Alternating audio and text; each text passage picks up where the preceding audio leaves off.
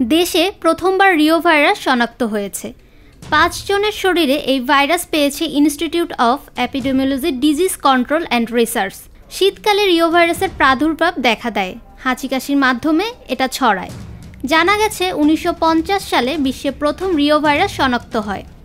Rio virus এমন একটি virus যা সাধারণত প্রাণী বা মানুষের মধ্যে অন্ত্রের সংক্রমণ সৃষ্টি করতে পারে।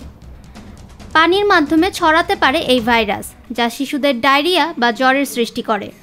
ভাইরাসটি শরীরে প্রবেশের 3 থেকে 6 দিনের মধ্যেই উপসর্গ দেখা দেয়। তবে এই ভাইরাস তুলনামূলকভাবে কম ভয়াবহ ও সাধারণত সহজেই চিকিৎসা করা যায়। রিও ভাইরাস সাধারণত মারাত্মক নয়, তবে এটি গুরুতর ডিহাইড্রেশন বা পানি শূন্যতা সৃষ্টি করতে পারে, বিশেষ করে শিশুদের মধ্যে। সেক্ষেত্রে সঠিক চিকিৎসা না পেলে এটি জীবনহানির কারণ হতে পারে। তবে এটি সঠিক সময়ে চিকিৎসা নিলে ভালোভাবে নিরাময়যোগ্য।